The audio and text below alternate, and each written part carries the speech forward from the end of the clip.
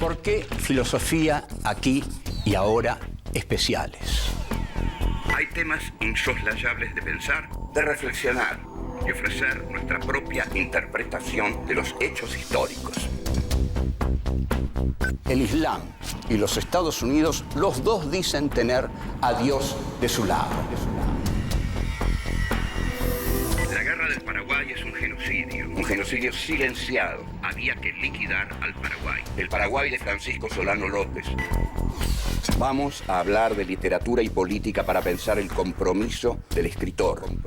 Los ejemplos de Sartre, Rodolfo Walsh, como el Eternauta de Oestergel que dice: desde ahora estamos solos, completamente solos.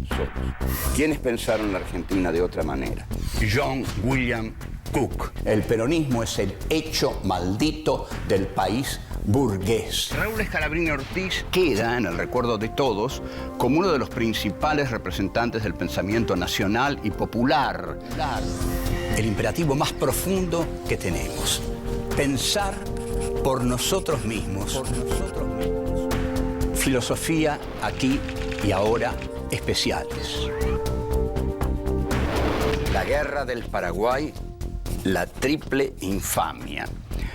1. Intelectuales contra la guerra. 2. El coloniaje doméstico. 3. Victoria o muerte. 4. La derrota de la causa federal. 1. Intelectuales contra la guerra. En 1865 se inicia la guerra del Paraguay.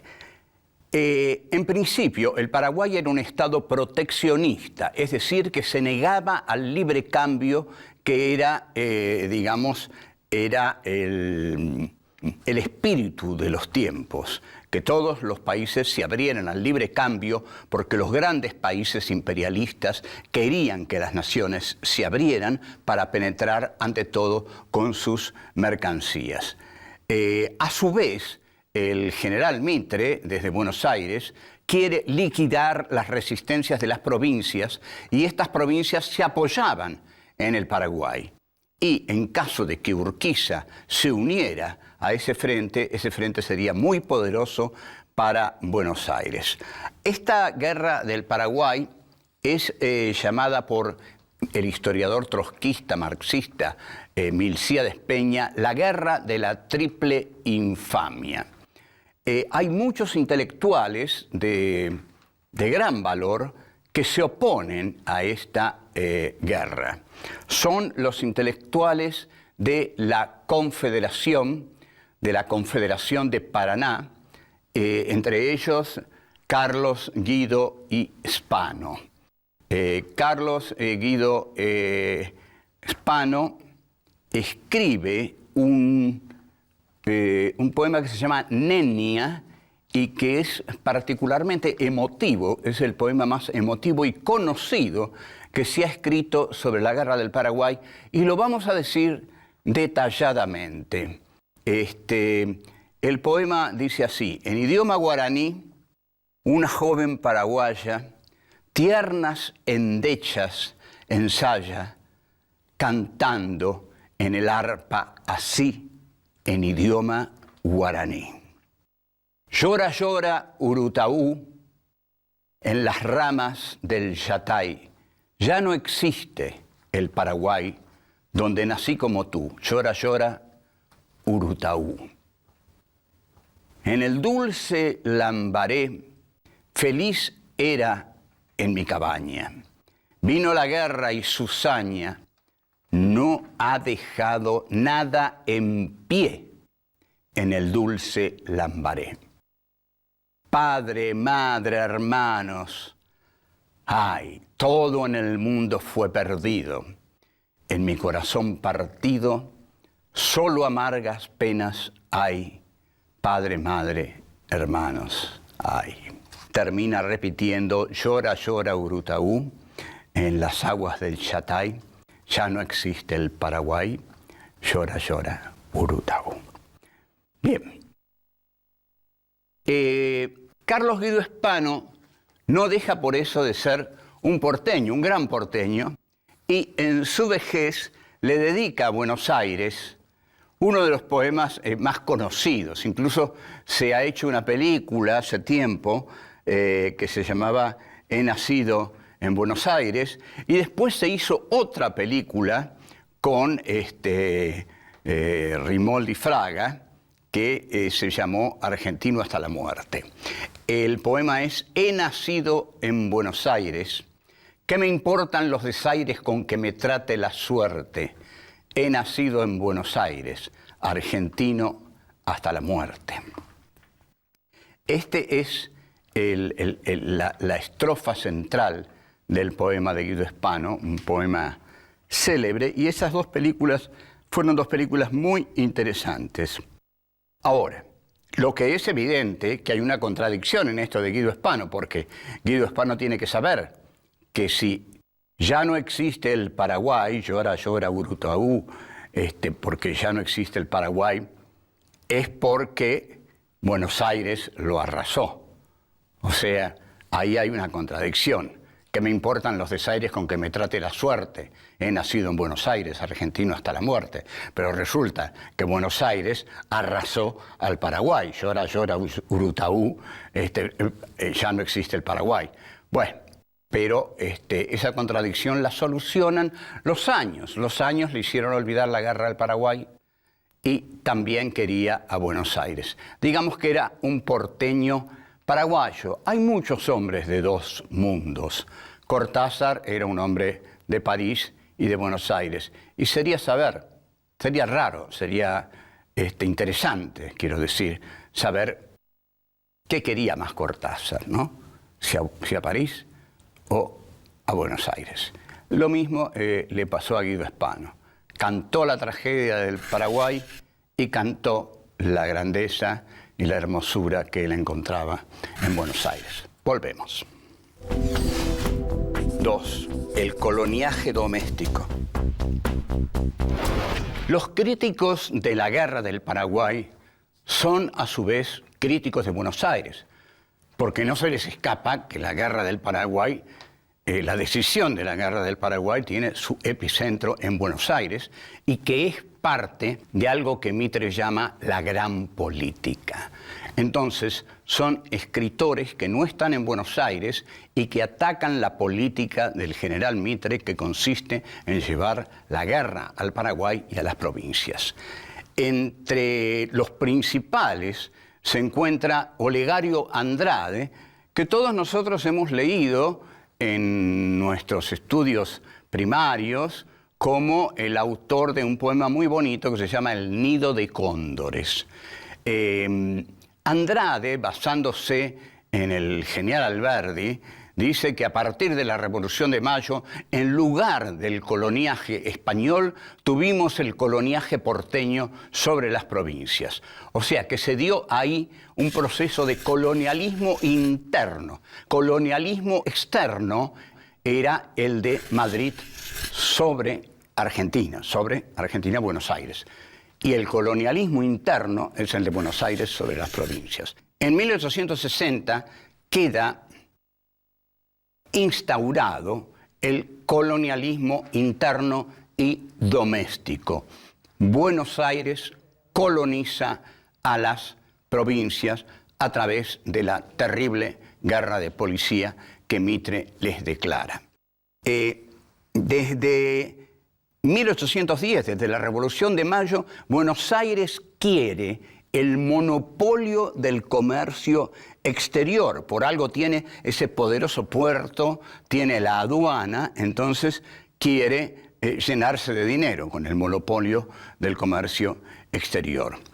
La metrópoli, dice Olegario Andrade, había cambiado de nombre. La metrópoli ahora ya no se llamaba Madrid, se llamaba Buenos Aires. Y el país esclavo ya no era la Argentina, eran las provincias interiores.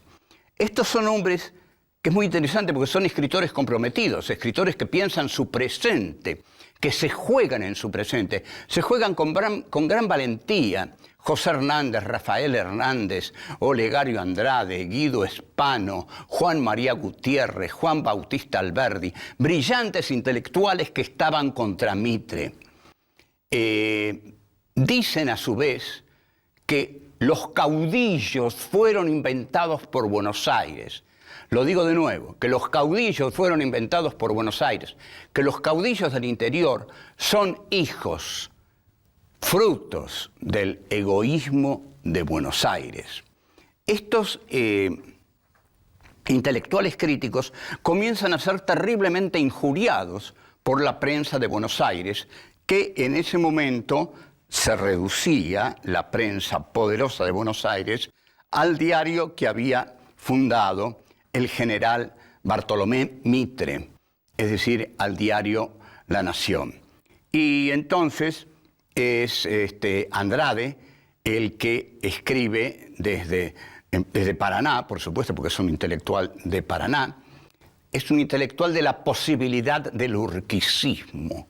Si el urquicismo se hubiera levantado en armas contra Buenos Aires, junto con el Paraguay de López y junto con las montoneras mediterráneas, algo habría cambiado en la historia argentina. Entonces Andrade escribe, nosotros, dice, que estamos defendiendo al Paraguay y atacando la política asesina de Buenos Aires, ¿qué se pide contra nosotros? A la cárcel se pide con los escritores bárbaros del caudillaje. Estos son los gritos, dice, hidalgos de la prensa libre, de la prensa civilizada, de la Tribuna, de la Nación Argentina, de los diarios grandes de Buenos Aires. Piden que el gobierno nos acuse, que se nos juzgue como criminales, en última instancia como criminales vulgares, que purguemos nuestras deudas en la cárcel, en última instancia, repito, como traidores a la patria. Eso es lo que se pedía desde Buenos Aires a través de La Nación, el diario de Bartolomé Mitre. Alberdi, a su vez, desde el exterior, escribe muchos folletos contra la guerra del Paraguay.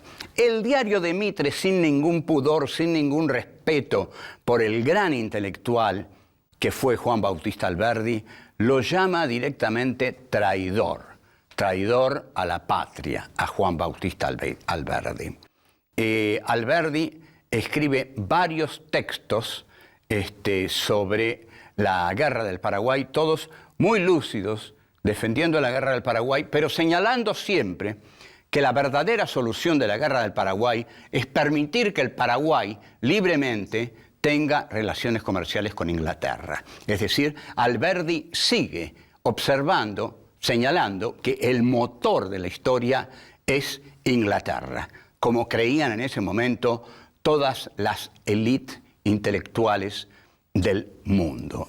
Y como en efecto era la modernidad capitalista, tenía su centro en Inglaterra, e Inglaterra era el motor de la historia. Por eso tantos países se le unieron para entrar en la modernidad.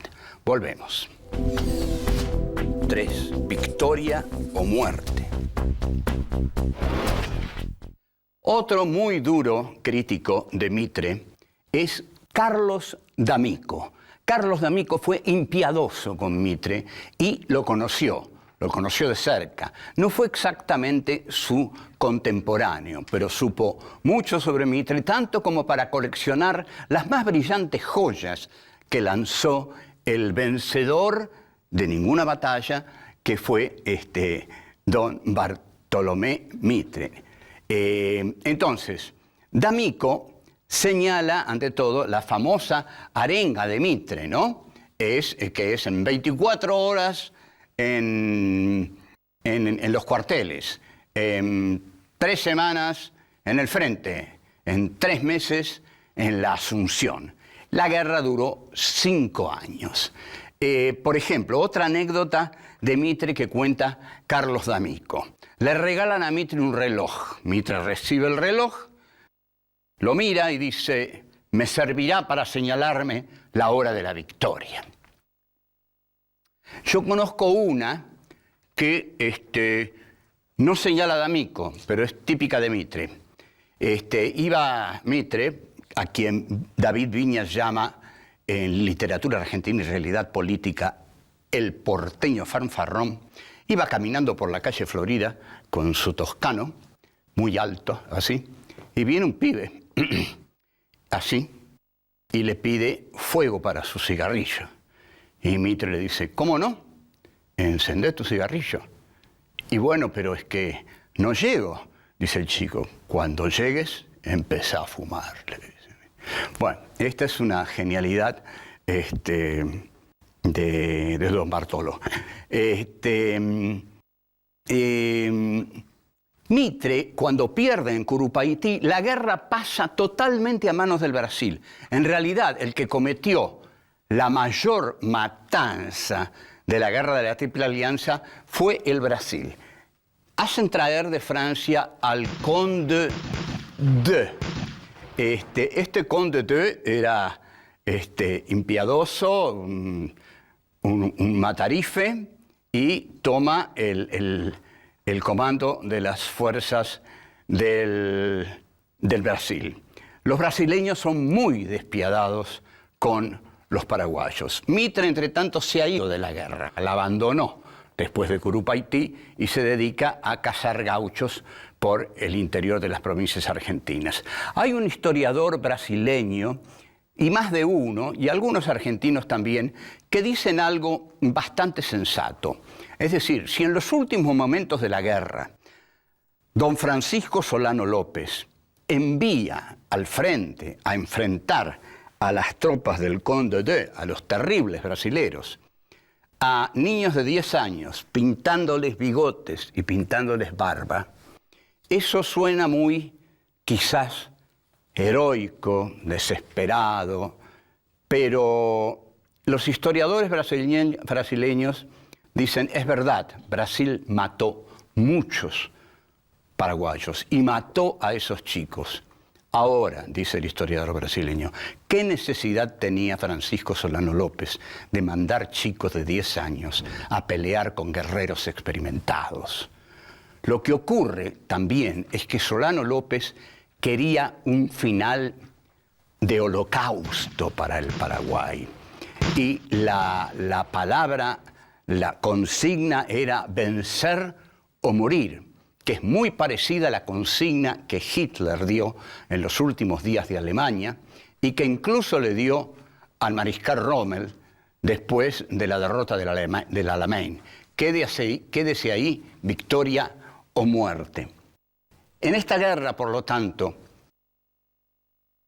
no hay buenos, no hay malos, aunque cuando tres naciones se unen contra una, cualquiera se pone del lado del más débil. Pese a quizás error final de Francisco Solano López de querer morirse con todos los paraguayos, aún con los niños y aún con las madres, porque cuando las madres pedían permiso a los brasileros para ir a buscar los cadáveres de sus hijos, los brasileros las mataban también. Les decían, sí, vayan, y cuando las tenían a tiro, las mataban. Es una guerra terrible, donde todos se equivocaron, donde todos mataron, pero donde tres potencias, manejadas por un imperio, financiadas por un imperio, aniquilaron a un pequeño país que se protegía del arrasamiento de las mercancías británicas porque simplemente quería hacer las suyas propias, quería un desarrollo autónomo en América Latina, y ese era un ejemplo muy incómodo para todos, de modo que había que erradicarlo. Nada de desarrollos autónomos en América Latina, nada de proteccionismo, nada de estatismo. Había que seguir la huella del libre cambio del occidente capitalista encarnado en el Imperio Británico, y eso se hizo. Y eso fue lo que se hizo. Y ahí se selló la suerte de ese pequeño pero poderoso país que fue el Paraguay de don Francisco Solano López. Volvemos. 4. La derrota de la causa federal. ¿Qué se le critica a Mitre? Nosotros reconocemos que Mitre ha escrito 2 valiosos libros de historia y que hay que leerlos, porque no es cuestión de ignorarlos. Pero Mitre hizo una política que había que hacer, pero la hizo del peor modo, porque había que hacer. Es decir, la clase dominante que ganara la guerra civil iba a abrir el país al mercado británico. El mercado británico iba a penetrar en el país con sus mercancías como taller del mundo y la Argentina le iba a vender los ganados y las mieses. Pero al hacer esto, al dejar penetrar la mercancía británica, Buenos Aires destruye todo posible desarrollo autónomo, industrial, por incipiente que fuera, de las provincias argentinas, a las que condena al atraso, al hambre y al subdesarrollo permanentes. Con la derrota del Paraguay, para Inglaterra y para Argentina y para Brasil, que es Inglaterra, ¿no?, se abre paso al capitalismo moderno y se cierra algo que ellos llamaban la China de América. China había sido abierta al capitalismo a cañonazos por Inglaterra. Paraguay es abierto a cañonazos por la Triple Alianza. Esta guerra, además, tiene la característica definitiva de haber sido financiada por la banca Baring y por la banca Rothschild. No lo estamos inventando, no estamos diciendo que este país fracasó por los malos de afuera. Los malos de afuera no eran los malos de afuera, hacían sus negocios. Entonces la banca Rothschild, la banca Baring vieron que era necesario destrozar ese pequeño país para tener el algodón que no conseguían ya por la derrota del sur. Entonces Baring y Rothschild financian esta guerra y lleva al famoso brindis de Mitre por la unidad del esfuerzo argentino y el capital británico. Esta guerra del Paraguay es una guerra ignorada, tapada, sofocada, porque es una guerra vergonzosa para los vencedores. 3 contra 1 y aniquilaron hasta el último hombre. Es vergonzoso. Además, derrotan al Paraguay porque el Paraguay está a favor de la causa federal argentina. Y el mitrismo necesitaba liquidar la causa federal argentina porque era la causa de las provincias. Y el mitrismo tiene que imponerse a las provincias, sofocarlas, derrotarlas, y Buenos Aires debe triunfar. Entonces, liquidar al Paraguay, liquidar a las provincias y someter al sometible Justo José de Urquiza, que era muy abierto a las propuestas tan dulces que le ofrecía Buenos Aires. Otro proyecto habría sido unir a las provincias sin condenarlas a la miseria. ¿Por qué ese afán de condenar a las provincias a la miseria? Y bueno, porque Buenos Aires quería triunfar y dominar con seguridad. Se domina con mayor seguridad a unas provincias miserables que a unas provincias más o menos prósperas. La tarea es más fácil. Entonces, como conclusión, podemos decir, la guerra del Paraguay fue el último intento de Buenos Aires por arruinar al resto del país, por arruinar a las provincias del interior mediterráneo, por tener comprado a Urquiza y por liquidar el punto rebelde y poderoso que era el pequeño industrial país de los paraguayos. Luego quedará la llamada campaña del desierto, que terminará con los indios, y quedará así un país despoblado. Alberdi entonces va a tener que decir, gobernar es poblar. ¿Cómo vamos a ser un país si no tenemos habitantes? Porque los hemos matado a todos. Y ahí empieza la nueva parte, se llama a la inmigración. Y este es otro tema, el de la guerra del Paraguay, que es el que quisimos tratar, termina aquí. Chao.